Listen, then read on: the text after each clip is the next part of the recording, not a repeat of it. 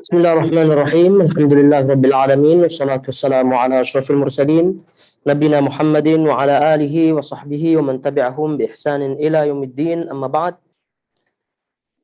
Ayyuhal akhwatil akhawat, jamaah semua yang dirahmati Allah Azza wa Jal.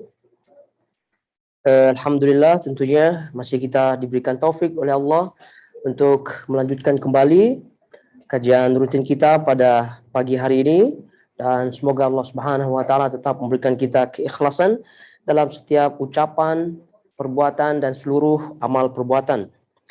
Baik, sekarang kita akan melanjutkan kajian atau bahasan kitab At-Tauhid yang kita ambil daripada Sahih Al-Bukhari rahimahullahu taala, dan sekarang kita akan memasuki bab baru, yaitu bab yang ke-11. Nah, bab yang ke-11 yaitu beliau menyebutkan, yaitu Imam Al-Bukhari di sini, ya muqalliba al-qulub. Ya muqalliba al-qulub atau babun muqallibi al-qulub. Babu muqallibi al-qulub. Nah, itu bab yang ke-11 daripada kitab Tauhid dari Sahih Al-Bukhari. Babun atau babu muqallibi al-qulub. Kemudian di situ beliau rahimahullahu taala menyebutkan firman Allah Subhanahu wa taala surah Al-An'am ayat 110. Jadi di situ di terjemah PDF yang dibagikan tidak disebut di situ. Jadi ditulis saja bahwa di situ Al-Imam Al-Bukhari di bawah babnya di situ ada firman Allah Subhanahu wa taala surah Al-An'am ayat 110. Al-An'am ayat 110. Wa nuqallibu af'idatahum wa absarahum. Wa nuqallibu af'idatahum wa absarahum. Itu dia. Kemudian baru setelahnya hadis Nabi SAW. Di sini hadis Abdullah ibn Umar, dan hadisnya satu saja yang beliau riwayatkan dari bab ini. Baik. Jadi beliau rahimahullahu taala, Imam Al-Bukhari rahimahullahu taala dalam bab yang ke-11 ini menyebutkan yakni salah satu di antara sifat Allah Subhanahu wa taala yang maha membolak-balikkan hati. Di situ disebut yang membolak-balikkan hati. Muqallibi al-qulub, yang membolak-balikkan hati. Baik, jadi sebelum kita masuk ke dalam hadisnya, jadi di situ firman Allah Subhanahu wa taala surah Al-An'am ayat 110 di situ wa nuqallibu af'idatahum wa absarahum, dan kami balikkan ya hati mereka dan penglihatan mereka. Di situ surah Al-An'am ayat sekali lagi 110. Syekh Utsaimin rahimahullahu taala menyebutkan dalam syarahnya af'idatahum ay qulubuhum. Af'idatahum ay qulubuhum. Yani yang dimaksud afidah kata beliau di sini adalah qulub. Kemudian kata beliau wa absarahum, dan maksud daripada absar yahtamil an yakuna jam'u basirah, wa in kana fi hadha khilaf ma'ruf lianna basiratan jam'uha basair, wa yahtamil an yakuna jam'u basar ka sababin wa asbab wa basarin wa absar. Itu absar di situ kemungkinan maknanya katanya adalah jam' basirah, yaitu pengetahuan, atau juga merupakan maknanya adalah basir, yakni mata, atau basar, mata. Jadi kita melihat dulu ya surah Al-An'am ayat 110. Di situ Allah mengatakan, dan kami membolak-balikkan hati mereka dan absarahum. Tadi disebut absar, pengetahuan atau penglihatan. Jadi kemudian kata beliau walakin kaifa yataqallabu al-basar, kalau ayat tersebut dimaksudkan sebagai al-basar atau penglihatan. Jadi memang dalam banyak terjemah disebut di situ, dan kami membolak-balikkan hati dan penglihatan mereka. Jadi penglihatan di sini ya masuk di dalamnya pengetahuan atau penglihatan secara hissi, secara yang kita menggunakan melihatnya. Kata beliau, taqlibul basar, bagaimana Allah Subhanahu wa taala membolak-balikkan penglihatan tersebut, Kata beliau bi an yasrifa al-basaru minan nadhari ila at-ta'at ila an-nadhari ila al-ma'asi. Hadha min taqlibil absar wal 'iyadu billah. Allah Subhanahu wa taala merubah, membolak-balikkan gitu penglihatan itu berupa Allah memalingkan pandangan ketaatan kepada pandangan kemaksiatan. Dan inilah yang dimaksud dengan membolak-balikkan pandangan, wal iyadu billah. Nah, ini kata beliau. Jadi sebagaimana halnya pandangan, kita mengetahui bahwa Allah Subhanahu wa taala membolak-balikkan pandangan dengan cara Allah memalingkan pandangan ketaatan. Jadi seorang itu ketika ingin memandang itu ya ada dua, ada pandangan ibadah atau ketaatan dengan juga yang kedua pandangan kemaksiatan. Nah, ini semua adalah bagian daripada kekuasaan Allah Subhanahu wa taala. Jadi ketika orang itu dipalingkan pandangannya kepada kemaksiatan, itulah yang dimaksud di sini. Wa nuqallibu afidatahum wa absarahum. Nah, tentu absar penglihatan kita dah faham, begitu juga al-afidah. Begitu juga dengan al-afidah. Jadi al-afidah itu maknanya adalah hati. Nah, jadi ini yang akan kita bahas di sini dan itu yang maksud tujuan Al-Imam Al-Bukhari rahimahullahu taala dalam bab ini. Ingin menegaskan kembali akan kekuasaan Allah Subhanahu wa taala. Dialah Allah Subhanahu wa taala yang berkuasa dalam membolak-balikkan atau berkuasa dalam mengatur makhluknya. Berkuasa dalam mengatur makhluknya. Dalam hal sekecil apapun atau dalam semua hal. Jadi Allah Subhanahu wa taala lah yang berkuasa mengatur makhluknya walaupun benda walaupun ada dalam jasad atau diri manusia itu sendiri. Ya dalam hal ini hati Jadi hati ini kan berada dalam jasad manusia. Namun Allah menunjukkan bahwasanya walaupun berada dalam jasad manusia itu sendiri, manusia tetap tidak mampu untuk mengaturnya. Yang hanya mampu mengaturnya adalah Allah Subhanahu wa taala. Yang membolak-balikkannya adalah Allah Subhanahu wa taala. Itu maksudnya. Jadi maksud daripada bab ini sekali lagi adalah menekankan kembali bahwa Allah lah yang maha mengatur makhluknya, mengatur manusia. Walaupun manusia memilikinya, walaupun ada pada diri manusia. Sebab itulah jangan pernah berpikir kalau manusia itu boleh berdiri sendiri, boleh mengatur dirinya sendiri. Betulah kita anjurkan untuk mengatakan insyaallah ya, untuk menggantungkan itu semua atas kehendak Allah Subhanahu wa taala apabila kita merencanakan sesuatu, mengatakan sesuatu. Karena semua kepastian itu adalah Allah Subhanahu wa taala. Jadi dalam hal ini sekali lagi kita faham bahwa manusia itu ada dalam aturan, ada dalam kekuasaan Allah Subhanahu wa taala. Tapi ini bukan berarti jabriyah ya, yaitu yang bersandar hanya kepada takdir Allah Subhanahu wa taala dan manusia tidak memiliki keinginan, manusia tidak memiliki kehendak, bukan demikian. Jadi ini tetap berada pada kawasan Ahlus Sunnah wal Jamaah yang tetap mengatakan atau berkeyakinan adanya takdir dari Allah Subhanahu wa taala.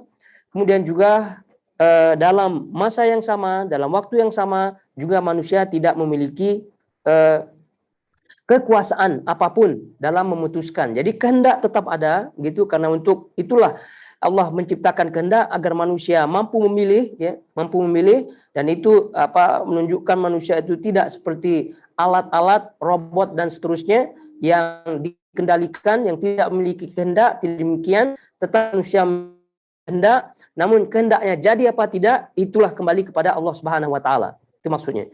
Jadi sekali lagi, apa yang disebut oleh Al-Bukhari di sini tadi kita sebutkan bukan berarti mengarah kepada jabriyah yang hanya bersandar kepada takdir, tidak. Namun di awal dah kita sebutkan manusia diciptakan itu dengan kehendaknya, yaitu dengan memiliki kehendak masing-masing.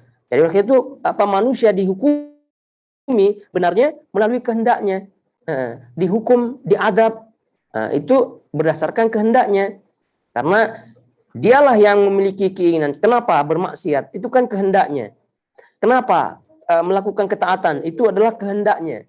Jadi itu diberikannya pahala, dimasukkannya surga, gitu, atau diazab, dimasukkan ke dalam neraka, itu semua adalah berdasarkan kehendak manusia. Karena tidak boleh disandarkan kepada kehendak Allah Subhanahu wa taala. Nah, jadi ini kehendak itu makhluk Allah Subhanahu wa taala yang dimasukkan ke dalam diri manusia tersebut. Yang dimasukkan ke dalam diri manusia tersebut, dan itu semua dikandung oleh hati. Dikandung oleh hati. Jadi dalam hati ini adalah pendapat yang rajih tentunya, itu kandungan hati itu masuk di dalamnya fuad. Nah, fuad di dalam bahasa Al-Qur'an itu banyak disebut fuad. Salah satunya ini Al-An'am ayat 110. Fuad. Kemudian di dalam hati itu adalah akal. Ada akal. Ya tentu khilaf di kalangan para ulama, akal itu tempatnya di mana? Ya, apakah akal itu ada di otak atau apakah akal itu dalam hati? Kalau melihat zahir nasnya itu dalam hati. Tapi ala kulli hal. Jadi hati ini adalah tempat, ya, di situ di dalamnya ada fuad. Oleh karena itu banyak para ulama menyebutkan fuad itu maknanya hati. Karena yang fuad itu berada dalam hati. Sekaligus akal juga berada dalam hati. Tapi sebelum kita masuki hadisnya, kita melihat di sini penjelasan para ulama kaitannya dengan makna daripada hati, ya. Kaitan makna daripada hati. Tapi ini kita bacakan dari kitabnya Ar-Rasfani, yaitu Mufradat Al-Fadhil Quran. Itu ada kitab namanya Mufradat Al-Fadhil Quran, itu menjelaskan tentang makna kalimat-kalimat yang ada di dalam Al-Quran. Nah, salah satunya adalah al-qalb. Jadi kata beliau rahimahullahu taala, al-qalbu wa qalbul insan, yaitu hati manusia tentunya. Kata beliau, qila sumya bihi li kathrati taqallubihi. Dinamakan qalb, ya, karena banyak berubahnya, banyak bolak-baliknya, maka disebut qalb. Jadi qalbun artinya membolak-balik. Jadi membalik, membolak, gitu. Kalau sering berarti bolak-balik, itu qalbun. Jadi yaqlib, yaitu membalikkan. Itu makna dari segi bahasa tentunya qalaba yaqlibu, yaitu membalikkan. Jadi qalbun dikatakan disebut sebagai qalbun karena banyak sering berbolak-balik, yaitu berubah. Maka ini sangat-sangat wajar. Wa yu'abbaru bil qalbi 'anil ma'ani allati takhtassu bihi min ar-ruh wal 'ilmi wasyaja'ah wa ghairi dzalik. Dan di dalam Al-Qur'an kata beliau itu al-qalbu itu sebagai ungkapan atau mengandung di dalamnya berbagai macam makna. Di antaranya adalah ruh, kemudian al-ilm, kemudian asy-syaja'ah, keberanian. Nah, itu di antara makna yang dikandung dalam kalimat al-qalb di dalam Al-Qur'an, yaitu ruh, al-ilm, ilmu, wasyaja'ah, keberanian. Kata beliau rahimahullahu taala, ar-ruh ini dalam surah Al-Ahzab ayat 10. Al-Ahzab ayat 10. Kata beliau, wa balagatil qulub al-hanajir. Jadi hati sampai kepada kerongkongan. Maksudnya apa di sini? Ruh. Kemudian untuk asy-syaja'ah, itu untuk asy-syaja'ah keberanian, yaitu makna al-qalb, yaitu keberanian dalam surah Al-Anfal ayat 10. Al-Anfal ayat 10. Walitatma'inna bihi qulubukum. Agar hati-hati kalian itu tenang. Maksudnya apa? Agar keberanian, tetap berani, gitu maksudnya. Kemudian ruh, tadi ilmu, ya, ilmu belum. Al-ilmu ini dalam surah Qaf ayat 37. Inna fi dzalika ladzikra liman kana lahu qalbun.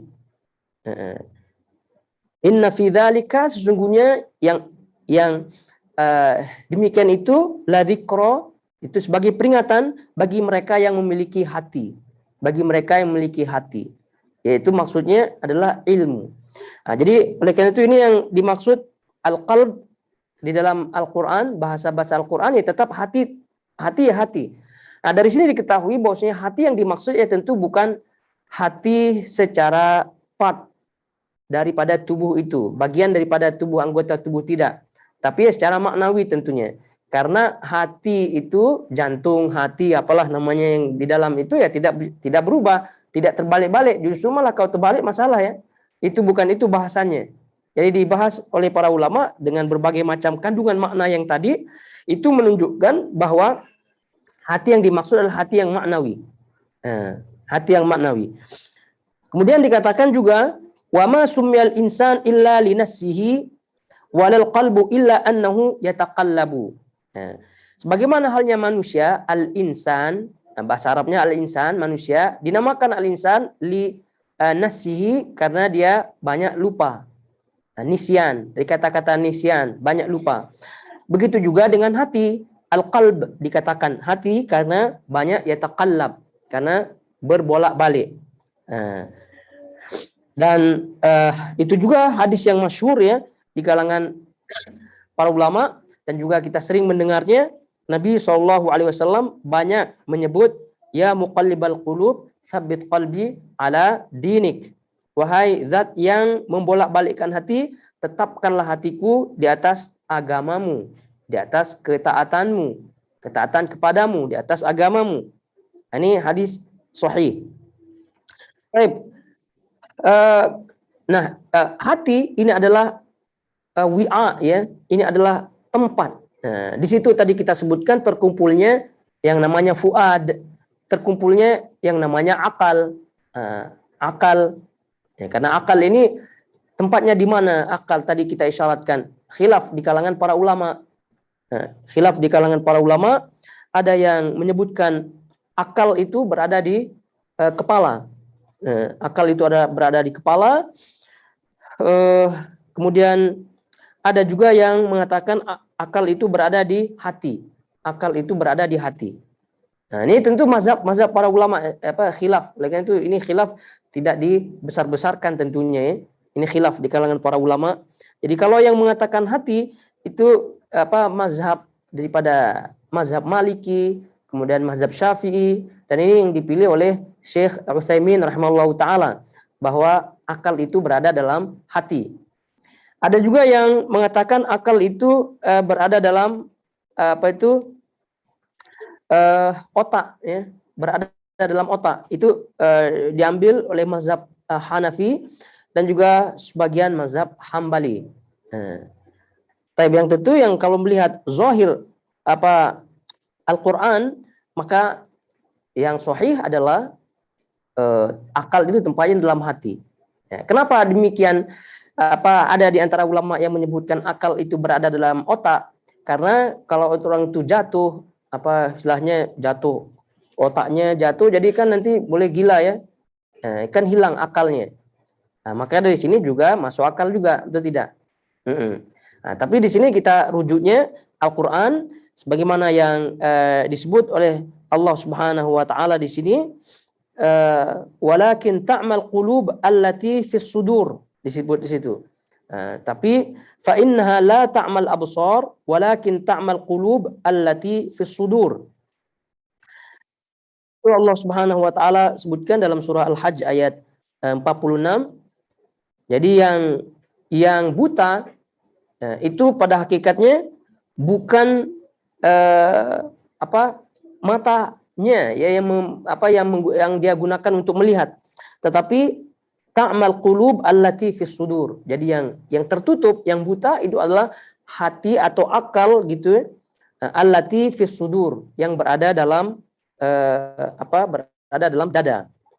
Baik, ala kulli hal ini tentu yang disebut oleh para ulama khilaf di situ, tapi yang jelas yang namanya hati ya tadi kita sebutkan adalah tempat di situ berkumpulnya berkumpulnya tempat-tempat penentu bagi manusia. Nah, tadi fuad, kemudian akal, sehingga Nabi SAW dalam hadis yang sering kita dengar, ala wa inna fil jasadi mudghah. Idza saluhat saluhal jasadu kullu wa idza fasadal jasadu kullu. Wa idza fasadal jasadu kullu ala wahya al-qalb. Jadi ketahuilah kata Nabi SAW, dalam diri manusia, tubuh manusia itu ada mudghah. Ada sebuah daging di situ, potongan daging. Apabila potongan atau apabila benda atau daging tersebut baik, maka jasad akan baik semuanya, tubuh akan baik. Apabila rusak, maka seluruh tubuh akan rusak. Ala wahya al-qalb, ketahuilah part atau bagian tubuh tersebut adalah hati. Ya tentu yang dimaksud oleh Nabi SAW sebagai ukuran kebaikan tubuh, kebaikan jasad adalah kebaikan maknawi, itu tidak, kebaikan maknawi. Dan juga kebaikan, boleh kebaikan hissi atau zahir, karena namanya hati, jantung ini kan tempat berprosesnya darah dan seterusnya. Kalau rusak ya rusak juga secara jasmani, secara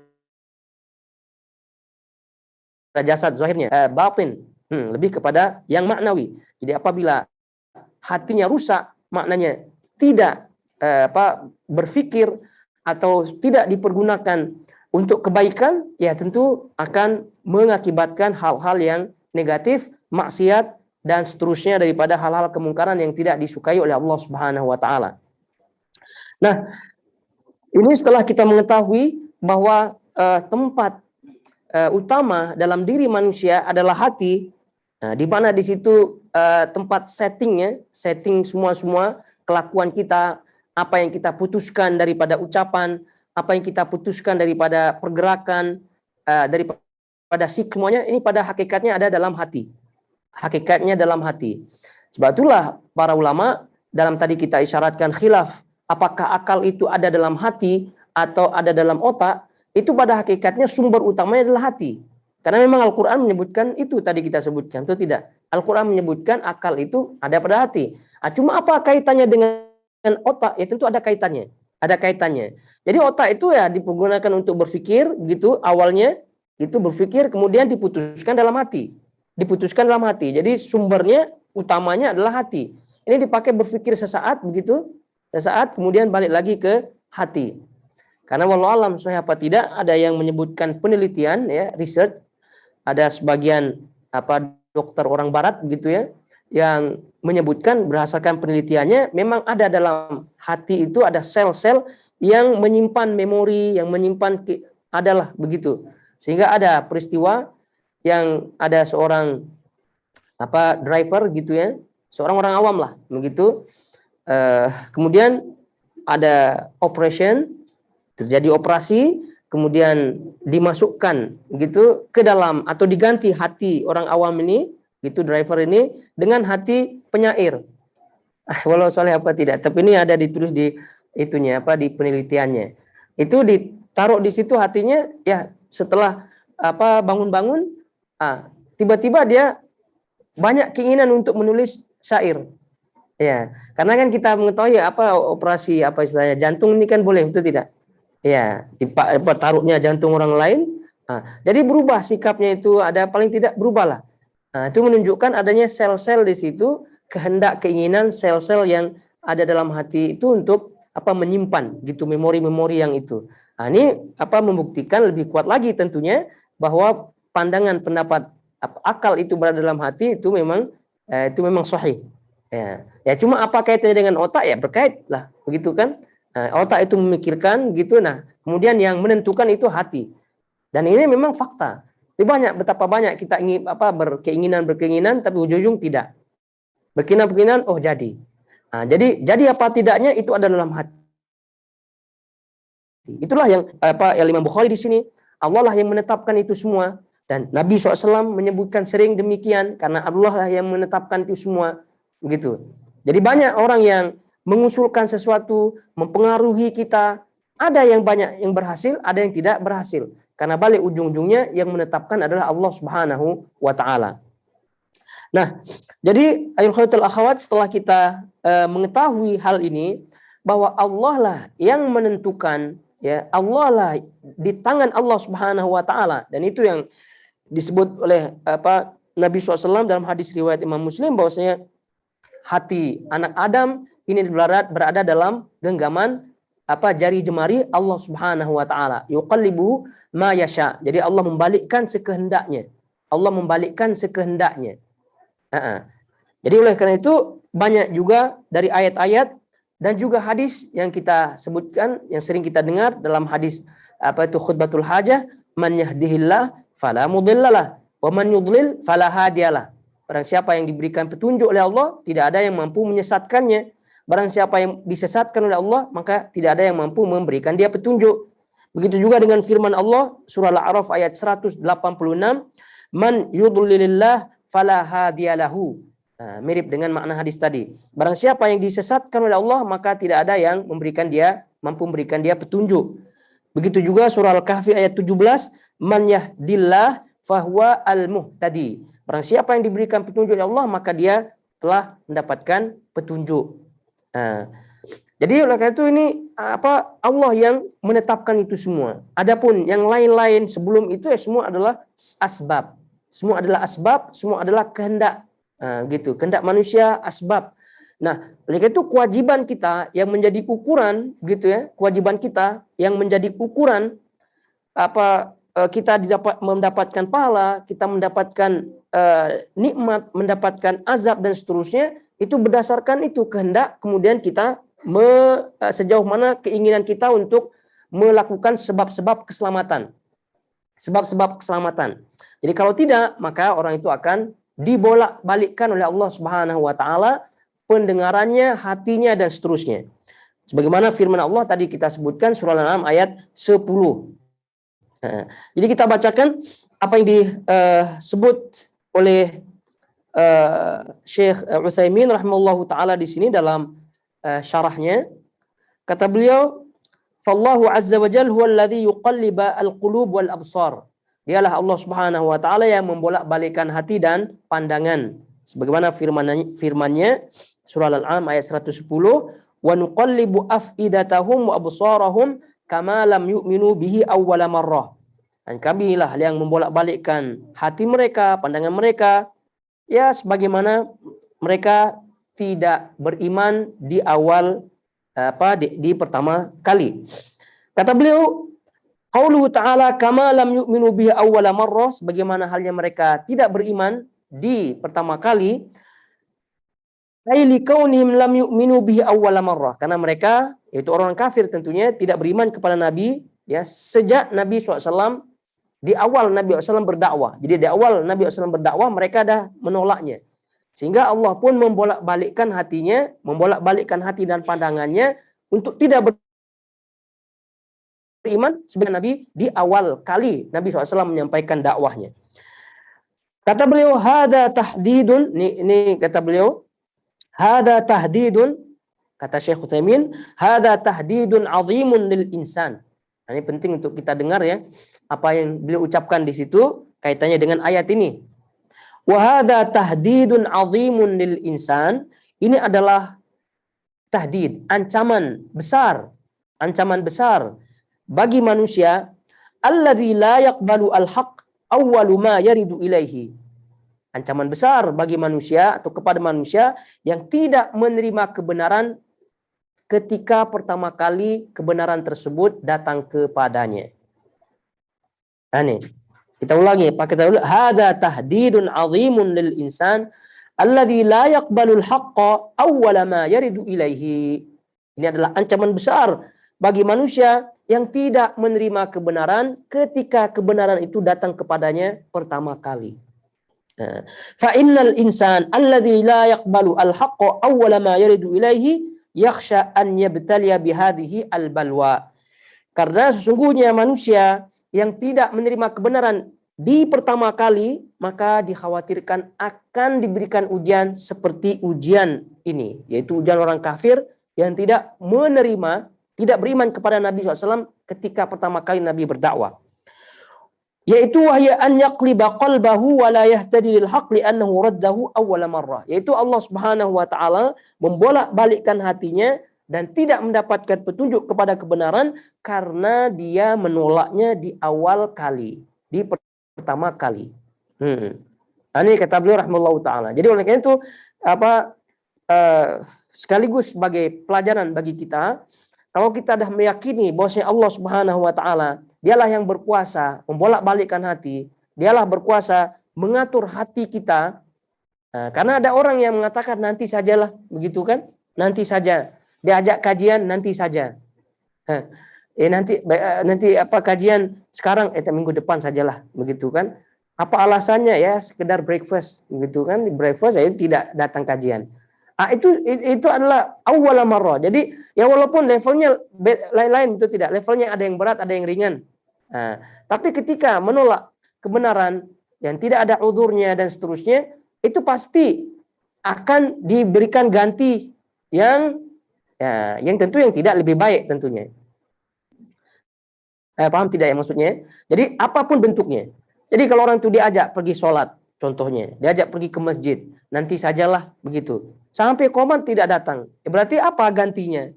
Ya syukur-syukur kalau dia sholat sendiri, betul tidak? Itu pun sudah menjadi masalah. Nah kemungkinan besar dia tidak sholat.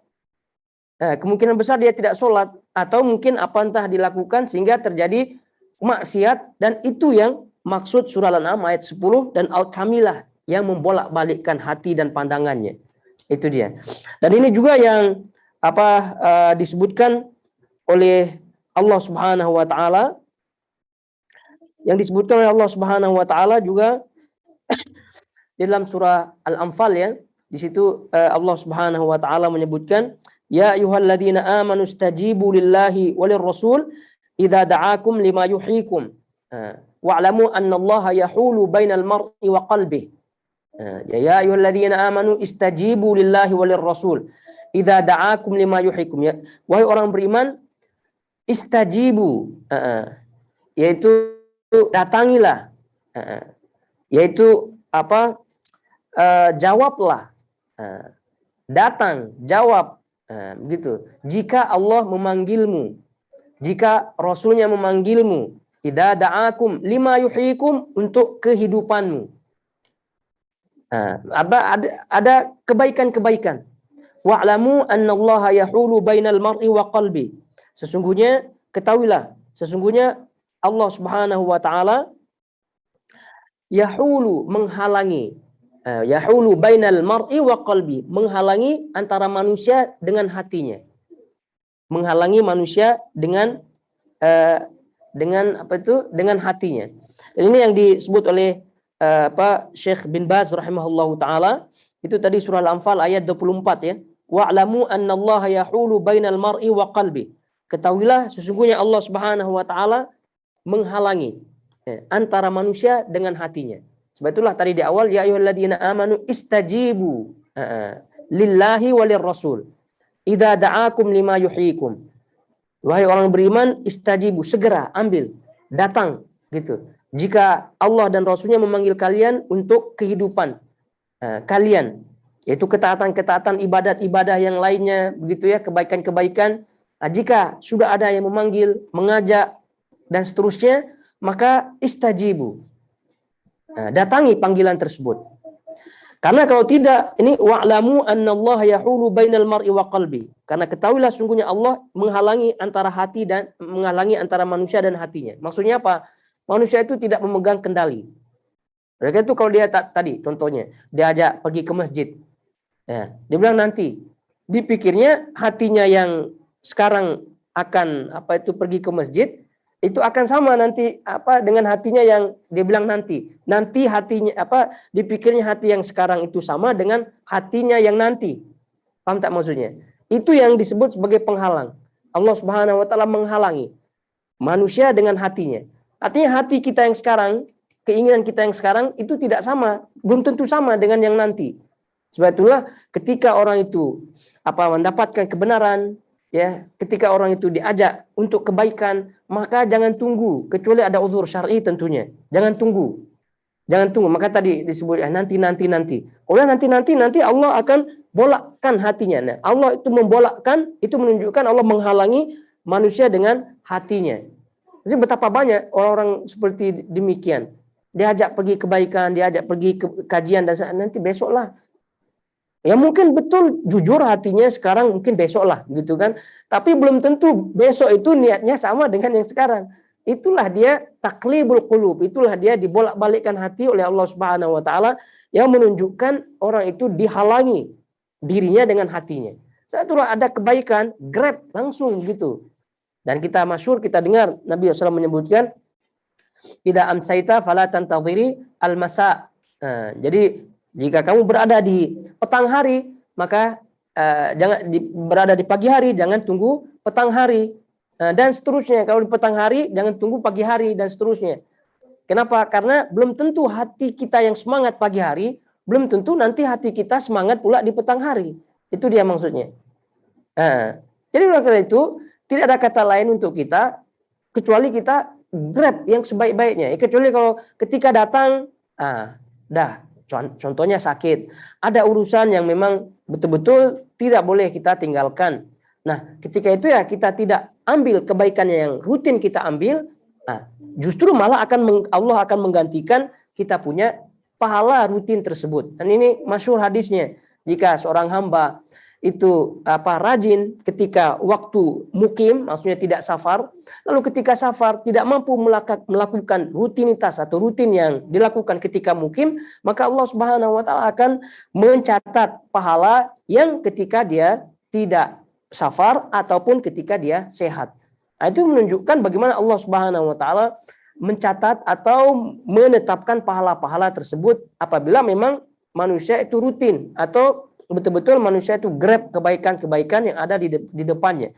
Cuma tadi masalahnya, jadi orang tidak terlalu membaca atau tidak terlalu mentadaburi ayat-ayat dan juga hadis-hadis yang menyatakan bahwasanya hati itu dalam genggaman tangan Allah Subhanahu wa taala. Hati itu berada dalam kontrol Allah Subhanahu wa taala. Dalam surah Al-Anfal tadi ayat 24. Wa'lamu annallaha yahulu bainal mar'i wa qalbi. Itu nih harus kita pegang baik-baik ayat ini, bahwasanya Allah menghalangi manusia dengan hatinya. Jangan mentang-mentang hatinya berada dalam dirinya, terus dia pikir boleh kontrol.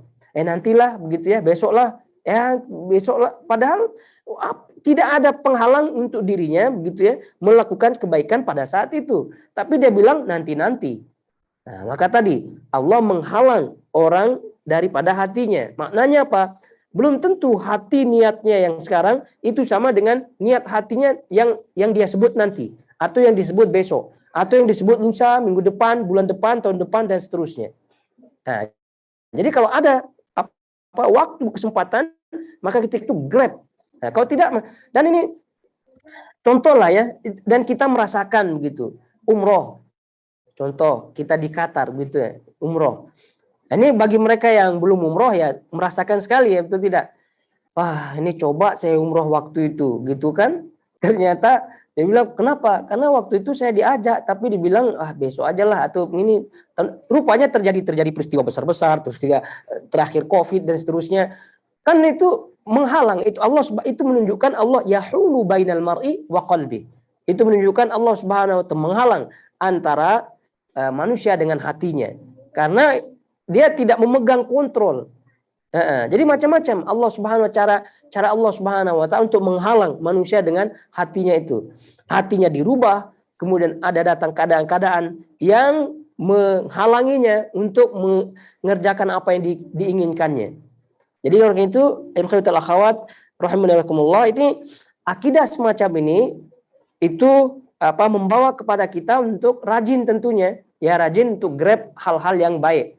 Karena sekali lagi banyak orang yang terlena ya dengan waktu-waktu luang, terlena dengan waktu-waktu sehatnya. Ya contoh saja kajian lah, gitu kan? Kajian. Ya sekarang alhamdulillah kajian online pun banyak, boleh di YouTube pun boleh, ustaz-ustaz pun banyak, syekh banyak, kan waktunya untuk itu. Nah, tapi kalau ada kajian-kajian yang langsung ya yang live, itu tentu lebih ya diutamakan. Kenapa? Karena di situ itu boleh bertanya langsung ya, boleh langsung mengikuti dan seterusnya. Maksudnya kalau ada kajian-kajian seperti itu, maka ya kalau sekira tidak ada uzur, maka jangan pernah tinggalkan. Kalau tidak, nanti Allah akan ganti kegiatannya dengan macam-macam kegiatannya. Walaupun kegiatan itu mubah, tapi ada di situ hal-hal yang melalaikan, atau mungkin bahkan nauzubillah ada di situ maksiat-maksiat. Itu bentuk Allah Subhanahu wa taala rubah. Nah, sebab itulah manusia ini pada hakikatnya itu berada dalam genggaman kekuasaan Allah Subhanahu wa taala. Baik. Kita lihat hadisnya. Qala Imam Al-Bukhari rahimallahu taala, haddatsani Sa'id ibn Sulaiman an Ibn al-Mubarak an Musa bin Uqbah an Salim an Abdullah qala aktsaru ma kana Nabi sallallahu alaihi wasallam yahlifu la wa muqallibi al-qulub. Ini hadis daripada Abdullah. Karena kalau dilihat di situ Abdullah sudah kita lalui ya, Abdullah di sini Abdullah bin Umar. Nah, ini dari mana diketahui Abdullah banyak pernah kita sebutkan. Ada Abdullah bin Mas'ud, ada Abdullah bin Abbas, Abdullah bin Umar, bahkan yang terkenal ada Al-Abadilah Al-Arba'ah kita sebutkan. Ada nama sahabat-sahabat Nabi SAW yang terkenal yang diawali dengan Abdullah. Nah, ini Abdullah siapa ini? Nah, jadi Abdullah kalau kita melihat Salim itu anaknya. Yang terkenal adalah Salim bin Abdullah bin Umar. Berarti di sini Abdullah maksudnya adalah Abdullah bin Umar. Tapi kalau biasa perawi tabi'in, dari tabi'in berasal daripada Irak, berasal daripada Kufah, kemudian menyebutkan Abdullah, maka yang dimaksud adalah Abdullah ibn Mas'ud. Nah, ini dari segi periwayatan. Dan biografi Abdullah bin Umar kita telah lalui bersama. Kata beliau di sini Abdullah, yaitu Abdullah bin Umar, sumpah yang paling sering dipergunakan oleh Nabi SAW adalah tidak, ya muqallibal qulub, wahai zat yang membolak-balikkan hati. Kita melihat di sini Abdullah bin Umar mengatakan aktsaru ma kana Nabi SAW yahlifu la wa muqallibal qulub. Jadi Nabi SAW banyak bersumpah dengan menggunakan kalimat ini. Jadi banyak juga Nabi SAW menyebutkan bersumpah walladzi nafsi Muhammadin biyadih. Ini juga sering kita dengar dalam hadis-hadis. Walladzi nafsi Muhammadin biyadih. Demi zat yang jiwa Muhammad berada dalam tangannya. Berada dalam tangannya. Ini sering juga kita dengar Nabi SAW menyebutkan itu dalam hadis-hadisnya. Nah, di antara kalimat-kalimat yang sering digunakan oleh Nabi SAW bersumpah selain wallahi udah masyhur ya. Tadi demi zat yang jiwa Muhammad berada di tangannya, dan itu sering juga digunakan oleh sahabat-sahabat, atau tidak? Yang di samping itu juga yang ini la wa muqallibil qulub, la wa muqallibil qulub. Jadi ini la di sini maksudnya ya, bukan tidak. Ini keliru terjemahnya. Ya, tidak berarti ini menafikan itu tidak. La di situ bukan menafikan, tapi menetapkan dan mentakkid, menegaskan. Mentakkid dan menegaskan, bukan menafikan. Kalau menafikan ya terjemahnya tidak. Menafikan, kalau menafikan sekali lagi terjemahnya tidak. Tapi disebutkan oleh para ulama dalam syarah hadisnya seperti yang disebut oleh Syekh Utsaimin rahimahullahu taala di sini. La di situ adalah menetapkan dan menegaskan, bukan menafikan. Sama seperti la uqsimu bihadzal balad. Itu tidak. La uqsimu bihadzal balad.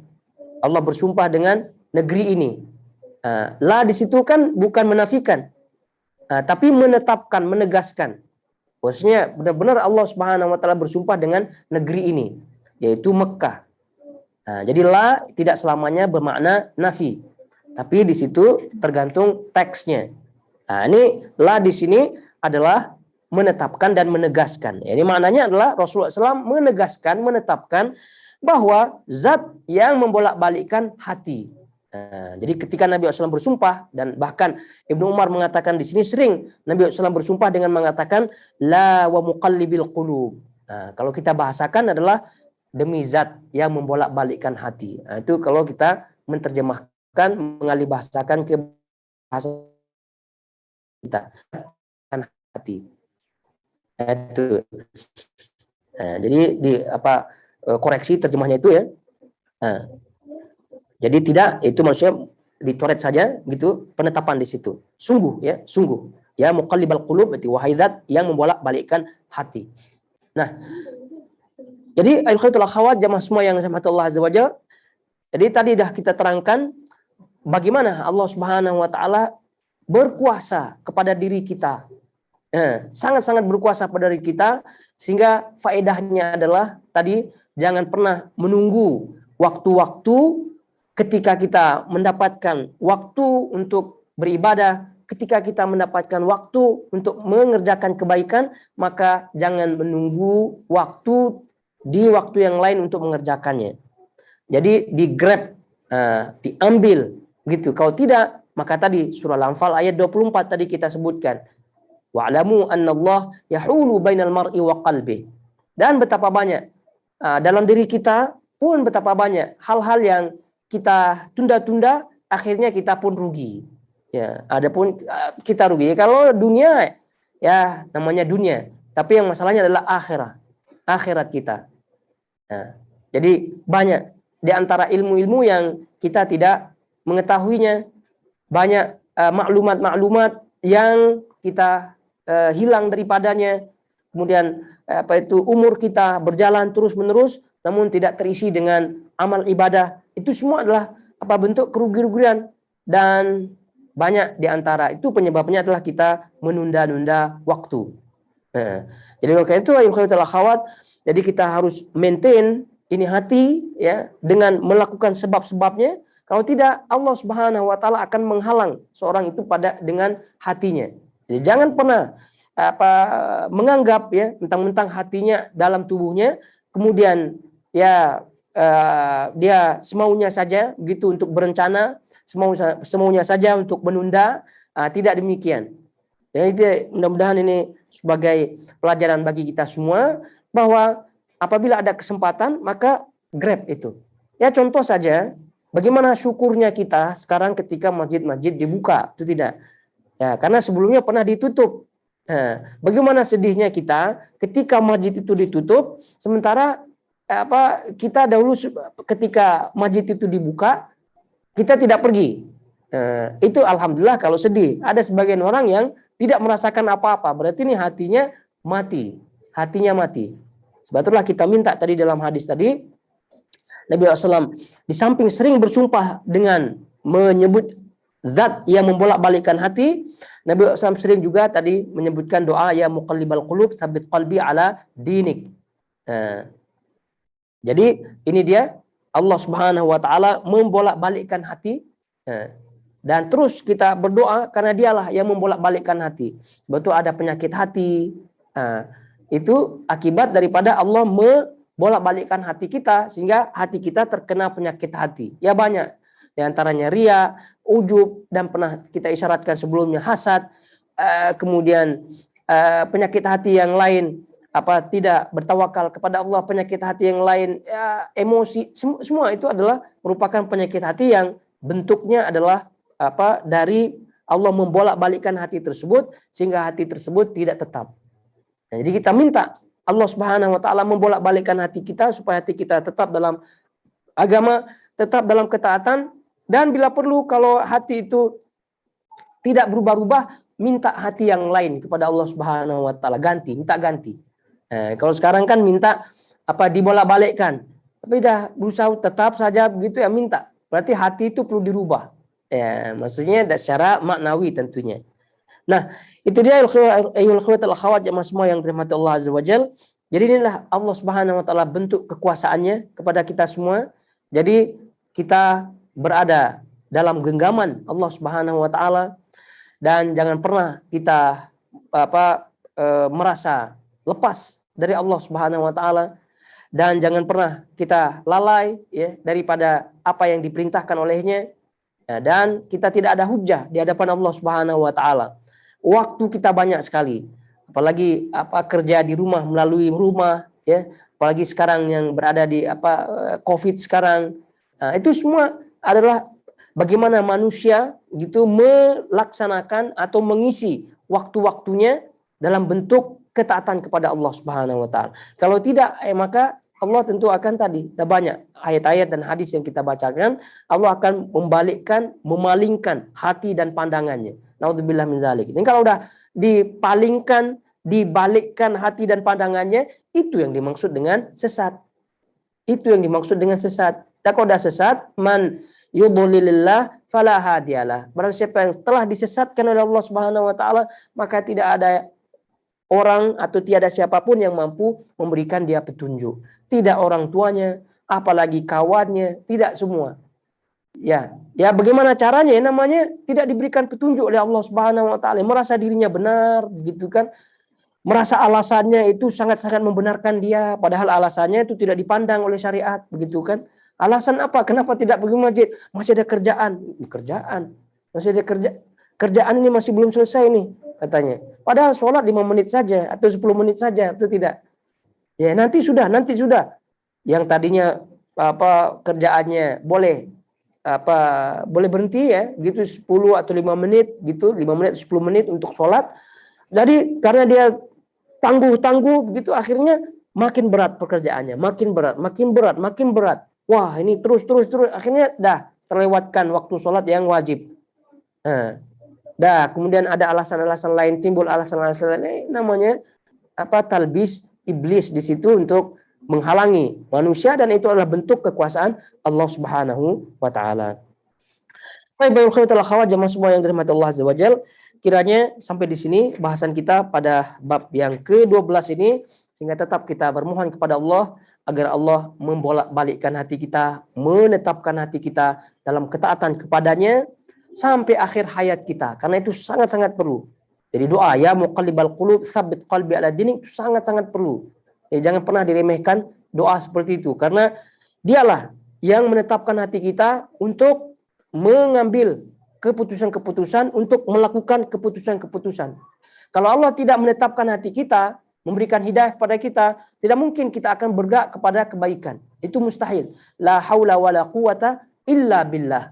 Dah itu dia, nyata. La haula, tidak ada daya, kekuatan kecuali Allah Subhanahu wa taala. Sehingga dari sini diketahui kita senantiasa bergantung kepada Allah, kemudian senantiasa bersyukur kepada Allah, dan tidak ada celah sedikit pun untuk kita besar kepala dalam mengamalkan amal perbuatan. Sebanyak apapun sholat kita, sebanyak apapun puasa kita, sebanyak apapun sedekah kita, itu semua adalah bentuk Allah membolak-balikkan hati kita. Ya, kalau Allah tidak bolak-balik hati kita, tidak menetapkan hati kita, tidak memberikan hidayah untuk kita tadi mengamalkan amal perbuatan sebanyak apapun, ya kita tidak melakukannya. Sehingga merujuk kepada itu, tawakal kita kepada Allah kuat, dan juga tadi bersyukur kepada Allah kita akan lebih besar, dan hilang rasa-rasa riya biidnillahi ta'ala, besar kepala, ta'ajub, ujub, ingin dipuji, dan seterusnya dari penyakit-penyakit hati yang tadi kita sebutkan. Baik. Jamaah semua yang rahmati Allah Azza wa Jalla. Jadi inilah apa yang kita bahas, semoga bermanfaat. Jadi intinya kita yakin Allah berkuasa, ya, yakin Allah yang mengatur, yakin kita tidak ada kuasa untuk mengatur diri kita, maka tidak ada kata lain, grab, ambil secepatnya peluang-peluang yang diberikan oleh Allah Subhanahu wa taala di hadapan kita. Semua kebaikan, mau besar, mau kecil, mau ringan, mau berat, kalau ada berada dalam kita, selama hayat di kandung badan, selama ada kesempatan, maka jangan pernah ditunda-tunda. Kalau tidak, maka ingatlah surah Al-Anfal ayat 24 tadi, wa'lamu annallah yahulu bainal mar'i wa qalbi. Dan perhatikan, pada kehidupan kita banyak Allah Subhanahu wa taala menunjuk kepada kita bahwa Allah menghalangi kita daripada hati kita. Betapa banyak kebaikan-kebaikan yang lepas daripada kita, maknanya kita tidak mengerjakannya. Itulah bentuk tahwil, ya, bentuk Allah Subhanahu wa taala merubah, bentuk Allah Subhanahu wa taala menghalangi manusia dengan apa yang dirancangkan hatinya, apa yang diinginkan oleh kehendak hatinya. Barakallahu fikum semuanya, wa sallallahu ala nabiyina Muhammad wa ala alihi wa sahbihi wasallam. Wassalamualaikum warahmatullahi wabarakatuh.